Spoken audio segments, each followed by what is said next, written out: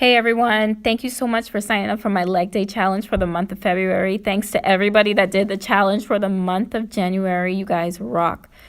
Well, today we're going to start getting our legs lit and fit. All you need really to start the workout is a chair and your body weight and some other things that I'll be telling you about as the workout goes on.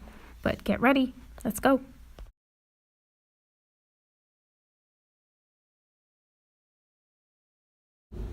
So the first thing I'll be showing you guys is a wall sit, and here I'm just holding a wall sit. It's almost like you're sitting in a chair. You want to have almost like a sitting posture against the wall. You want your body, your knees, your hips to be at 90 degrees for the entire movement, and you want to hold it for however long the challenge says. Now, a modified version to wall sits to make it a little harder is to hold something like almost like a ball or whatever you can find, a pillow, it could be anything. Put it behind your back, like where your arch is, and hold the ball against the wall and try to do a wall sit position at the same time.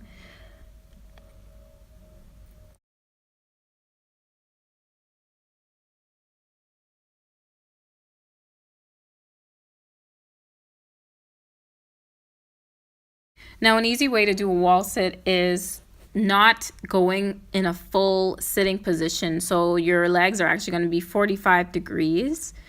So I'm going to turn to the side for a second to show you what I mean, but I'm not in a full sitting position. Basically, you're going to try to keep your legs at an angle instead of a full 90 degrees. So you don't want to sit all the way like how you would sit in a chair. You want to come up, slide down the wall, but make sure your legs are at like 45 degrees instead of a full 90-degree angle like when you're sitting. Now for this exercise, the Bulgarian split squat, you are going to need a chair. Basically, all you have to do is put one foot back on the chair, and it's almost like you're doing a lunge, but you lunge down with one knee down towards the ground. Try very hard not to get those knees over those toes, so make sure your front leg is far out enough that your knees don't go over your toes. You might lose your balance a little bit if it isn't aligned properly.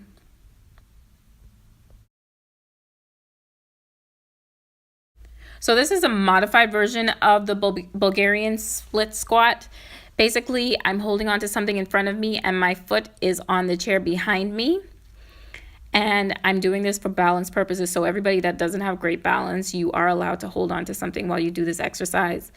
Also take note that my knee does not come all the way down to the ground. It stops a few inches above the ground.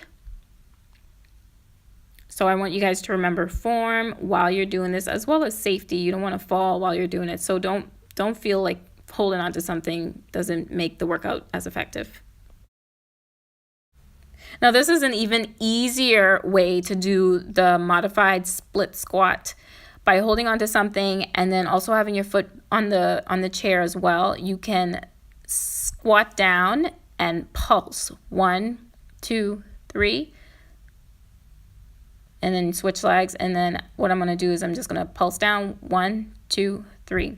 Now for some people this may be easier, some people this may be harder. So you can try it out, see what works for you. Everybody is different. That's why I try to do as many variations as possible.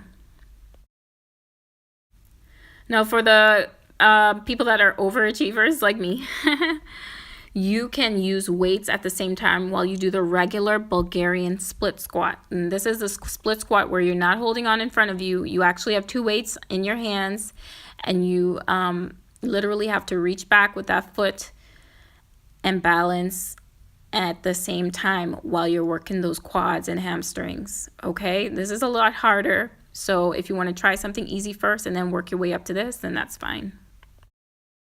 And hey, if this is too hard for you to get the form of the split squat, don't be afraid to try lunges. Lunges are my go-to if I'm not getting an exercise or something is just too hard. Lunges are easier. You can hold on with lunges and you can use weight with lunges. So now it's time for a sumo squat, and basically the form is toes point outward, almost like you're a ballerina. If you've done ballet and you've done like a plie, then you know what I'm talking about. So literally your toes point outward and you squat down. Now pay attention to my form. My knees will go a little bit past my feet, and it's because of how low I'm going. But I want you guys to try to keep those knees as close and parallel to your feet as possible. Another way to do the sumo squat is a sumo squat and pulse. Now this is a modified exercise. It may be harder for some, it may be easier for some, but all you have to do is squat down and go 1, 2, 3. Make sure you're using your butt muscles to bring you back up and down and not your lower back.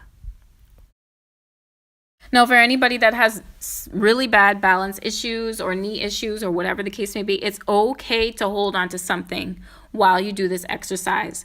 So a way you can do it is you can do a full sumo squat up and down, or you can do a sumo squat and pulse 1, 2, 3. And it's okay to hold on to something in front of you if you feel like you don't have the balance. Thanks guys for tuning in. That's it for the leg day challenge. Tag me on social media if you guys are participating. Thanks for watching.